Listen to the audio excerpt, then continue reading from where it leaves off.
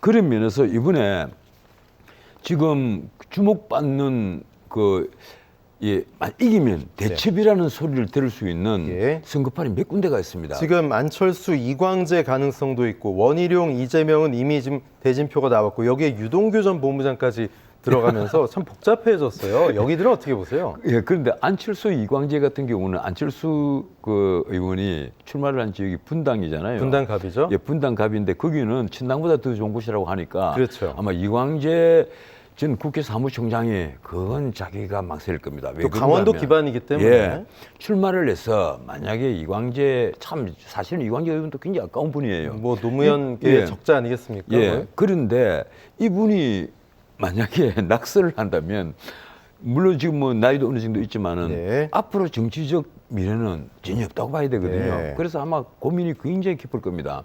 그런데 국민들이 지금 관심을 가지는 지역은요, 사실은 여기에 명룡대전, 그 이재명과 붙는 원희룡, 예, 거기에 심지어 유동규, 그러니까요. 예, 씨도 이제 출전을 선언했는데 이 유동규 그리고 그 최수원 씨의 딸 정유라 씨도 정유라가 안산에 출마하겠다 그러잖아요. 안민석 의원 지역구 예, 출마하겠다 그러잖아요. 그다음에 조국이 또 뭐 아직까지 지역구는 결정이 안 됐으면 출마를 선언했잖아요. 이 세 명이 출마하는 걸 언론에서는 복수 출마다.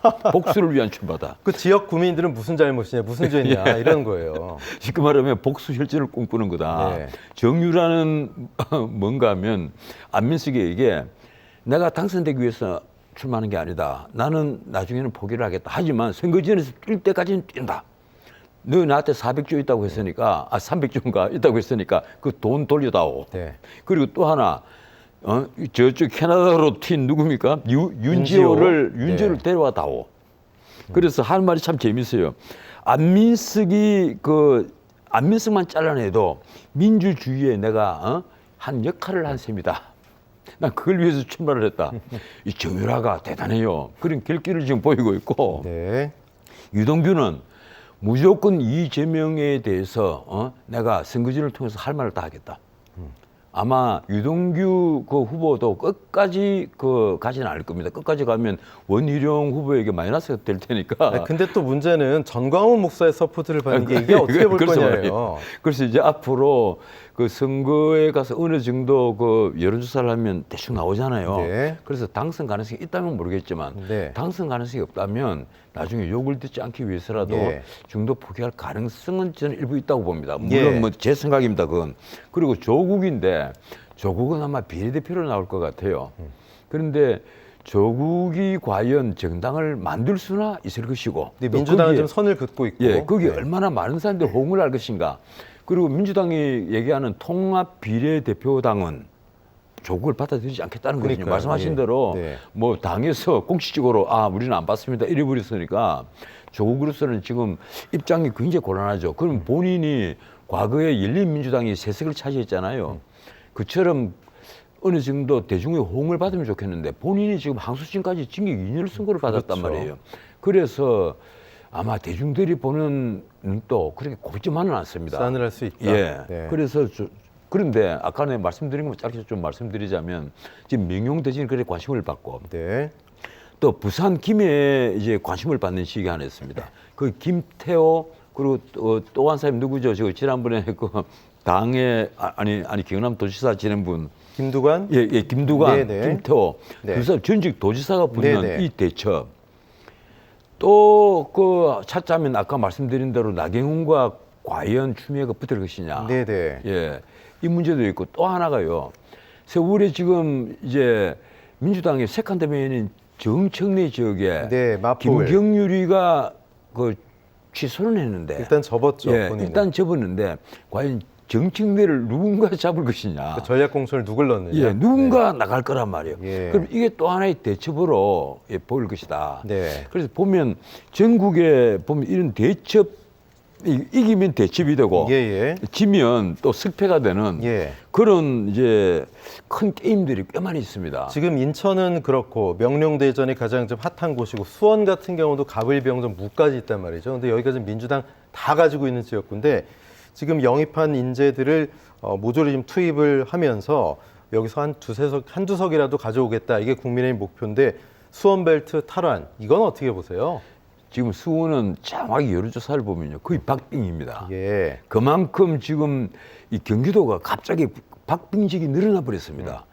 저도 그건 깜짝 놀라고 있는데 경기도는 사실 민주당이 일방적으로 우세한 것으로 보였고 서울 지역은 과거와 달리 뭐 지난 21대 총선은 그 국민의힘이 8석밖에 차지를 못했는데 이번은 아마 꽤 많이 오를 것이다 이 정도로 알고 있었는데 경기도에 특히 수원을 중심으로 해서 박빙직이 엄청나게 늘고 있다. 네. 그 중에 아까 말씀하신 그 이제 이수정 의원, 이수정 이제 후보, 예. 이수정 후보를 중심으로 해서 그리고 또 그 장관을 지낸 분이 있죠. 박문규 전 장관. 박문규 장관은 아직까지는 그 대중들의 이름이 널리 알려진 것은 아닙니다만은 예. 그래도 장관 타이틀을 붙여 나왔잖아요. 이러니까 국민의힘에서 어느 정도 여기에 비중을 두고 있다는 걸 대중에게 보여주는 셈이 되거든요. 또 이분이 수원 토박이고 여기서 예. 아주 오래 살았어요. 예, 그래서 박문규, 이수정 이 양 콤비를 중심으로 예, 해서 그 수원은 지금 국민의힘이 충분히 해볼 만한 지역이 됐다. 네. 이렇게 자체 판단을 하고 있는 것 같습니다. 예, 그렇군요. 참 각 지역구들이 이제 좀 여러 가지 분위기가 달아오르면서 앞으로 어떤 매치업들이 형성이 되느냐에 따라서 상당히 좀 관심이 가는데 예, 제가 한 말씀만 더 드리자면 네네. 이게 경기도 특히 수원 같은 지역이에요. 보면 결국은 스윙포트 지역이다 네. 하는 것은 뭘 의미하는가 하면 바로미터라고 하잖아요. 예, 2030의 한 절반 가까이가 정확히는 19살부터 35살까지의 한 50% 정도가 이른바 무당파란 말이에요. 예. 아직 정치적 식견도 부족한 것도 그렇지만 그 젊은 친구들이 기대하는 것은요. 사실은 어떤 이념적 지향보다는 공정함, 정의 그리고 도덕성 같은 거예요. 이래서 이제 무당파로 많이 남아있는데 과연 이 무당파 세력들이 어느 쪽 깃발 아래 모일 것이냐. 예. 제가 보기로는 이 누가 더 공정하게 보이고 정의롭게 보이느냐. 그런 면에서 지금 민주당의 가장 큰 짐은요. 뭐라 해도 이재명 대표의 사법 리스크입니다. 그리고 이재명 대표가 고민하는 것이 본인이 사법 리스크가 그런데 본인이 모든 잣대가 되고 있단 말이에요.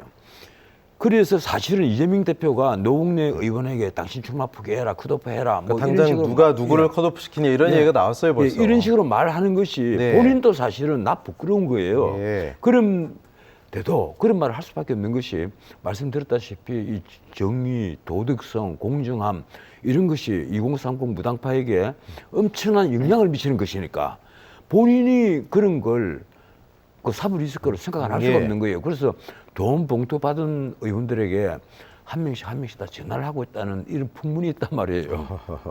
과연 그런데 그 사람들이 얼마나 승복하겠어요. 네. 본인은 온갖 지금 범죄로 재판을 받고 있는데 당대표는 네. 왜 나한테 이 돈 봉투 300만 원 주는 걸 받았다고 해서 왜 나한테 출마를 포기하라고 하느냐.